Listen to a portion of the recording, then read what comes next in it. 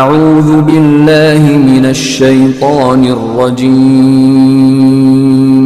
بسم اللہ الرحمن الرحیم اتخذوا احبارهم ورهبانهم اربابا من دون الله والمسيح ابن مريم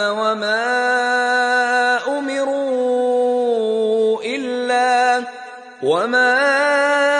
أمروا إلا ليعبدوا إلها واحدا لا إله إلا هو سبحانه عما يشركون يريدون أن يطفئوا نور الله بأفواههم ويأبى الله إلا أن يتم نوره ولو كره الكافرون هو الذي أرسل رسوله بالهدى ودين الحق ليظهره على الدين كله ولو كره المشركون يا أيها الذين آمنوا إن كثيرا من الأحبار والرهبان ليأكلون أموال الناس بالباطل ويصدون عن سبيل الله والذين يكنزون الذهب والفضة ولا ينفقونها في سبيل الله فبشرهم بعذاب أليم يوم يحمى عليها في نار جهنم فتكوى بها جباههم وجنوبهم وظهورهم هذا ما كنزتم لأنفسكم فذوقوا ما كنتم تكنزون بسم اللہ الرحمن الرحیم۔ انہوں نے اپنے علماء اور مشائخ کو نیز مسیح ابن مریم کو اللہ کے مقابلے میں رب بنا لیا ہے، حالانکہ ان سب کو ایک ہی معبود کی عبادت کا حکم دیا گیا تھا، اس کے سوا کوئی معبود نہیں۔ یہ لوگ جسے شریک و ہمسر ٹھہراتے ہیں، اللہ ان کے شرک سے پاک ہے۔ وہ چاہتے ہیں کہ اپنے منہ سے اللہ کے نور کو بجھا دیں، اور اللہ اپنے نور کو پورا کر کے ہی رہیں گے، اگرچہ کفر کرنے والوں کو ناپسند ہو۔ وہی اللہ ہے جس نے اپنے رسول کو ہدایت اور سچے دین کے ساتھ بھیجا ہے تاکہ اسے تمام مذاہب پر غلبہ عطا فرمائے، اگرچہ شرک کرنے والوں کو یہ پسند نہ ہو۔ اے ایمان والو، بے شک بہت سے یہودی و عیسائی علماء و مشائخ ناحق طریقے پر لوگوں کے مال کھا لیتے ہیں اور اللہ کے راستے سے روکتے ہیں، اور جو لوگ سونا چاندی کا خزانہ جمع کرتے ہیں اور ان کو اللہ کے راستے میں خرچ نہیں کرتے، ان کو دردناک عذاب کی خبر سنا دیجیے۔ اس دن دوزخ کی آگ میں اس خزانہ کو گرم کیا جائے گا، پھر اس سے ان کی پیشانیوں، پہلوؤں اور پیٹھوں کو داغا جائے گا اور کہا جائے گا، یہی ہے وہ خزانہ جسے تم نے اپنے لیے جمع کیا تھا، لہٰذا اب اپنے جمع کرنے کا مزہ چکھو۔ یہ سورہ توبہ کی آیت نمبر 31، 32، 33، 34، 35 ہیں۔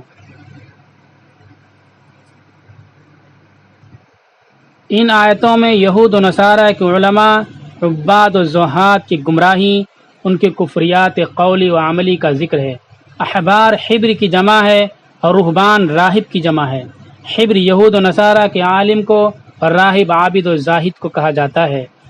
پہلی آیت میں فرمایا کہ ان لوگوں نے اپنے علماء اور عبادت گزاروں کو اللہ تعالیٰ کے سوا اپنا رب اور معبود بنا رکھا ہے۔ اسی طرح عیسیٰ ابن مریم علیہ السلام کو اپنا رب بنا لیا ہے۔ حضرت عیسیٰ علیہ السلام کو رب و معبود بنانا تو اس لیے ظاہر ہے کہ وہ ان کو خدا تعالیٰ کا بیٹا مانتے اور کہتے تھے۔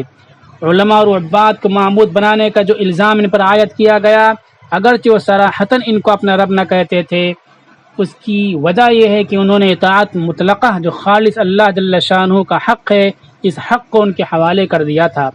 کہ ہر حال میں ان کے کہنے کی پیروی کرتے تھے، اگرچہ ان کا قول اللہ رسول کے خلاف ہی کیوں نہ ہو۔ یہ تو ظاہر ہے کہ کسی کی ایسی اطاعت کرنا کہ اللہ رسول کے فرمان کے خلاف بھی کہے تو اس کی اطاعت نہ چھوڑے، یہ ایسا ہی ہے جیسے کسی کو اپنا رب اور معبود کہے، جو کھلا ہوا کفر ہے۔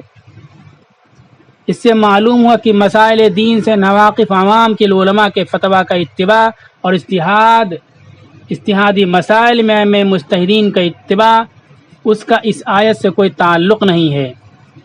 جیسا کہ اس دور میں کچھ نام نہاد حدیث کے نام پر طوفان بدتمیزی برپا کرنے والے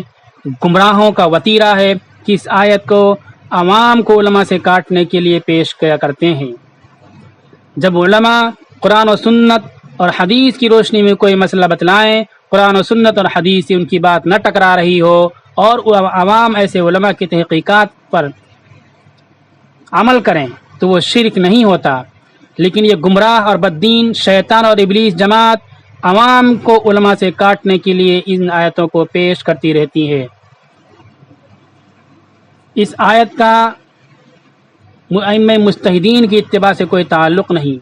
کیونکہ اتباع در حقیقت خدا رسول ہی کے احکام کا اتباع ہے۔ اہل علم و نظر براہ راست اللہ رسول کے کلام کو دیکھ کر اس پر عمل کرتے ہیں۔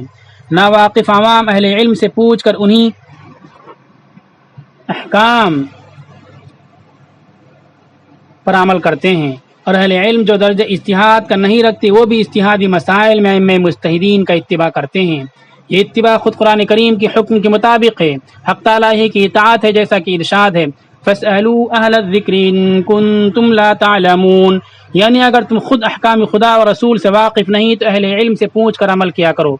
یہود و نصارہ کے عوام نے کتاب اللہ اور احکام خدا و رسول کو بالکل نظر انداز کر کے خود غرض پیشہ ور علماء اور جاہل عبادت گزاروں کے قول و عمل ہی کو اپنا دین بنا لیا تھا۔ اس کی مذمت اس آیت میں فرمائی گئی ہے۔ اس کے بعد فرمایا کہ ان لوگوں نے یہ گمراہی اختیار کر لی، حالانکہ ان کو اللہ تعالیٰ کی طرف سے صرف ایک اللہ کی عبادت کا حکم دیا گیا تھا، جو ان تمام چیزوں کے شرک سے پاک ہے جن کو یہ لوگ اللہ تعالیٰ کا شریک ٹھہراتے ہیں۔ اس آیت میں تو ان کے اتباع باطل غیر اللہ کی ناجائز اطاعت کا ذکر تھا۔ اس کے بعد کی آیت میں ان کی ایک اور گمراہی کا ذکر ہے کہ یہ لوگ صرف اسی پر بس نہیں کرتے کہ خود گمراہی میں پڑے ہوئے ہیں، بلکہ ہدایت اور دین حق کے مٹانے اور رد کرنے کی کوششیں کرتے ہیں۔ اسی مضمون کے بطور مثال کے اس طرح فرمایا ہے کہ یہ لوگ اپنے منہ کی پھونکوں سے اللہ کے نور کو بجھانا چاہتے ہیں، حالانکہ یہ ان کے بس کی بات نہیں۔ اللہ تعالیٰ یہ طے کر چکے ہیں کہ وہ اپنے نور یعنی دین اسلام کو مکمل اور پورا ہی کریں گے، خواہ کافر لوگ کیسے ہی ناخوش ہوں۔ اس کے بعد تیسری آیت کے مضمون کا خلاصہ بھی یہی ہے کہ اللہ تعالیٰ نے اپنے رسول کو ہدایت کا سامان یعنی قرآن اور دین حق یعنی اسلام دے کر اسی لیے بھیجا ہے تاکہ اس کو دنیا کے تمام باقیہ دینوں پر غالب کر دے۔ تقریباً انہی لفظوں کے ساتھ قرآن کریم میں متعدد آیات آئی ہیں جن میں یہ وعدہ ہے کہ دین اسلام کو تمام دنیا کے ادیان پر غالب کیا جائے گا۔ تفسیر مظہری میں کہ دین اسلام کو تمام دوسرے دینوں پر غالب کرنے کی خوشخبری اکثر زمانوں اور حالات کے اعتبار سے ہے، جیسا کہ حضرت مقداد کے ایک حدیث میں ہے، رسول اللہ صلی اللہ علیہ وسلم نے فرمایا روئے زمین پر کوئی کچا پکا مکان باقی نہ رہے گا جس میں اسلام کا کلمہ داخل نہ ہو جائے۔ عزت داروں کی عزت کے ساتھ ذلیل لوگوں کی ذلت کے ساتھ، جن کو اللہ تعالیٰ عزت دیں گے وہ مسلمان ہو جائیں گے، جن کو ذلیل کرنا ہوگا اسلام کو قبول نہ کریں گے مگر اسلامی حکومت کے تابع ہو جائیں گے۔ چنانچہ اللہ تعالیٰ کا یہ وعدہ پورا ہوا، 1000 سال کے قریب اسلام کی شان و شوکت پوری دنیا پر چھائی رہی۔ رسول کریم صلی اللہ علیہ وسلم اور سلف صالحین کے عہد مبارک میں تو اس نور کی تکمیل اور اتمام کا مشاہدہ ساری دنیا کر ہی چکی ہے۔ آئندہ بھی دلال و حقائق کے اعتبار سے ہر زمانہ میں دین اسلام ایسا مکمل دین ہے کہ کسی معقول پسند انسان کو اس پر حرف گیری کا موقع نہیں مل سکتا۔ اس لیے کفار کی مخالفتوں کے باوجود یہ دین اپنی حجت و دلیل کے اعتبار سے ہمیشہ غالب ہے، اور جب مسلمان اس دین کی پوری پیروی کریں تو ان کا ظاہری غلبہ اور حکومت و سلطنت بھی اس کے لوازم میں سے ہے، جیسا کہ تاریخ اسلام کا تجربہ اس پر شاہد ہے کہ جب بھی مسلمانوں نے قرآن و سنت پر پوری طرح عمل کیا تو کوئی کوہ و دریا ان کے عزائم کی راہ میں رکاوٹ نہیں بن سکا، اور یہ پوری دنیا پر غالب آ کر رہے۔ جب کبھی جہاں کہیں ان کو مغلوب مقہور ہونے کی نوبت آئی ہے تو وہ قرآن و سنت کے احکام سے غفلت اور خلاف ورزی کا نتیجہ تھا جو ان کے سامنے آیا۔ دین حق پھر بھی اپنی جگہ مظفر و منصور ہی رہا۔ چوتھی آیت میں مسلمانوں کو مخاطب بنا کر یہود و نصارہ کے علماء مشائخ کے ایسے حالات کا ذکر ہے کہ جن کی وجہ سے عوام میں گمراہی پھیلی۔ مسلمانوں کو مخاطب کرنے سے شاید اس طرف اشارہ ہے کہ اگرچہ یہ حالات یہود و نصارہ کے علماء مشائخ کے بیان ہو رہے ہیں، لیکن ان کو بھی اس سے متنبہ رہنا چاہیے کہ ان کے ایسے حالات نہ ہو جائیں۔ اس آیت میں ارشاد فرمایا کہ یہود و نصارہ کے بہت سے علماء مشائخ کا یہ حال ہے کہ باطل طریقوں سے لوگوں کا مال کھاتے ہیں، اللہ کے سیدھے راستے سے ان کو روکتے ہیں۔ یہود و نصارہ کے اکثر علماء مشائخ کا یہی حال تھا، اور ایسے حالات میں عام طور پر کہنے والے سبھی کو برا کہا کرتے ہیں، لیکن قرآن کریم نے اس جگہ لفظ کثیرہ کا اضافہ کر کے مسلمانوں کو دشمنوں کے مقابلے میں احتیاط کلام کی تلقین فرما دی کہ یہ حال سب لوگوں کی طرف منسوب نہیں فرمایا، بلکہ یہ فرمایا ان میں بہت سے لوگ ایسا کرتے ہیں۔ ان کی گمراہی یہ بتلائی گئی کہ وہ لوگوں کے اموال باطل طریقہ سے کھاتے ہیں۔ باطل طریقہ سے مراد یہ ہے کہ یہ لوگ بعض اوقات ان لوگوں سے پیسے لے کر حکم تورات کے خلاف فتوے دے دیتے تھے، اور بعض اوقات احکام الہی میں کو چھپا لیتے تھے اور گڈمٹ اور دھوکے بازی کیا کرتے تھے۔ اس پر مزید ان کی یہ گمراہی بتلائی گئی کہ یہ کم بخت صرف خود ہی گمراہ نہیں بلکہ دوسرے طالبان رشد و ہدایت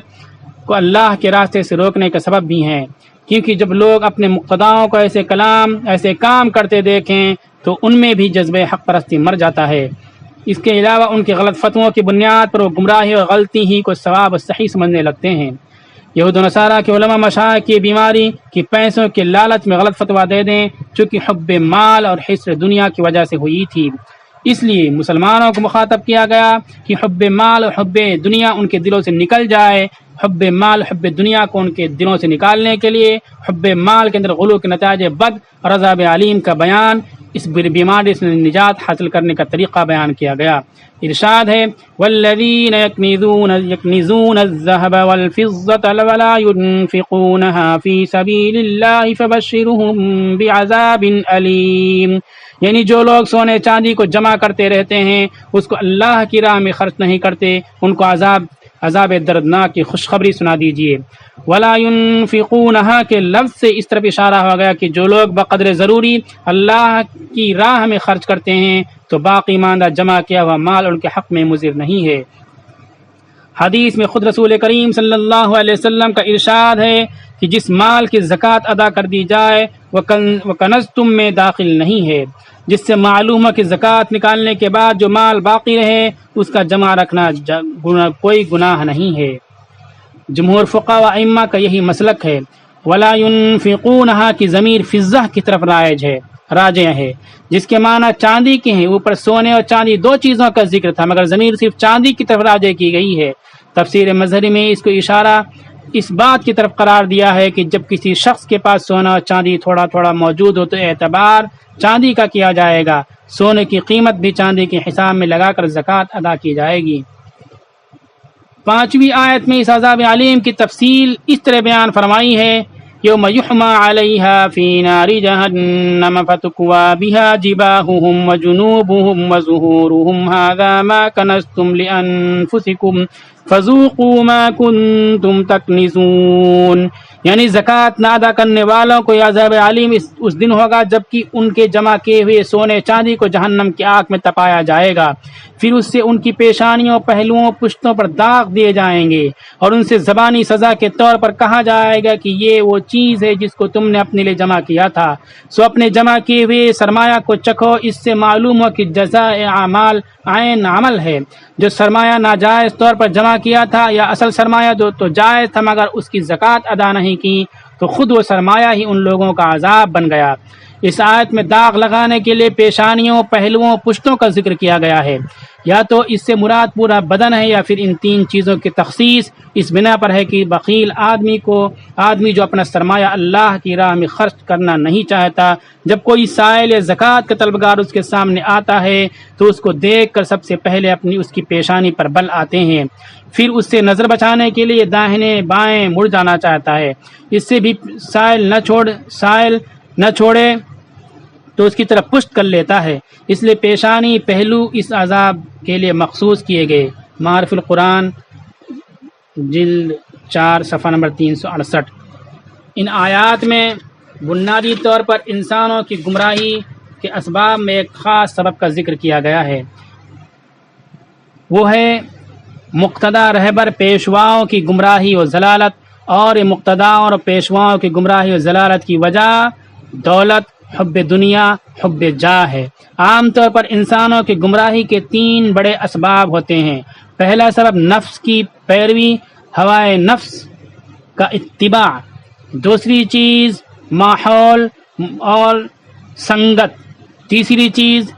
قائدین، رہبروں، پیشواؤں کی گمراہی و ضلالت۔ ان آیات میں پیشواؤں کی گمراہی و ضلالت کو بیان کیا گیا ہے اور متنبع کیا گیا ہے اہل ایمان کو، بلکہ پوری انسانیت کو متنبع کیا گیا ہے کہ پیشواؤں کی گمراہی و ضلالت سے محفوظ رہیں۔ دیکھ لیں، پیشواؤں نے، مقتداؤں نے ملک کے لوگوں کو، پورے ملک کے لوگوں کو گمراہ کر رکھا ہے، اور ایسا نشہ، ایسا شراب پلا رکھا ہے کہ روزی چھوٹ رہی ہے، نوکریاں ختم ہو رہی ہیں، کارخانے بند ہو رہے ہیں، مریض بلک کر تڑپ کر مر رہے ہیں، ان کے لیے کوئی سہولیات، کوئی انتظامات نہیں ہے۔ لیکن پیشواؤں، مذہبی مقتداؤں، رہبروں اور لیڈروں کی بھکتی کا نشہ دماغ سے نہیں اتر رہا ہے۔ انسان کی گمراہی و ضلالت کی ایک بڑی وجہ گمراہ رہبر، بددین لیڈر اور غلط پیشواؤں کی غلط پیشوائی ہوا کرتی ہے۔ دوسری چیز یہاں گمراہی کی یہ بتلائی گئی کہ حب دنیا، حب جاہ انسانوں کی گمراہی کا ذریعہ ہے، جو کہ ہوائے نفس ہی کی ایک شکل ہے۔ اس گمراہی سے بچانے کے لیے بھی سرمایہ کو ذخیرہ کرنے سے منع کیا گیا اور اس میں سے زکوٰۃ نکالنے کا حکم دیا گیا۔ اگر زکوٰۃ نہ نکالی جائے تو یہ سرمایہ جو اپنی عیش و عشرت کے لیے جمع کیا گیا آخرت میں عذاب بن جائے گا۔ اسلام کا تصور سرمایہ دولت کے سلسلے میں یہ ہے کہ روپیہ، پیسہ، سونا چاندی، دولت سماج و معاشرے میں گردش کرتی رہے، چند ہاتھوں میں یا 1-2 ہاتھ میں نہ آنے پائے، بلکہ زیادہ سے زیادہ لوگوں کے ہاتھوں میں پہنچے۔ گردش کے لیے دولت کی گردش کے لیے مختلف طریقے شریعت نے، اسلام نے بتلائے ہیں۔ میراث کا قانون، وراثت کا ضابطہ، صدقہ، خیرات، کفارہ، زکوٰۃ، فدیہ، مختلف صورتوں میں دولت کو تقسیم کرنے کا نظام و قانون پیش کیا گیا۔ یہاں آخری آیت میں سونے چاندی کی زکوٰۃ کا حکم بتلایا گیا کہ انسان زکوٰۃ دیتا رہے تو یہ مال اس کے لیے وبال نہیں بنے گا، لیکن اگر زکوٰۃ نہیں دیتا ہے تو یہ خود گمراہ ہوگا اور یہ مال اس کے لیے تباہی کا ذریعہ اور ہلاکت کا باعث بن جائے گا۔ اللہ تعالی عمل کی توفیق عطا فرمائے۔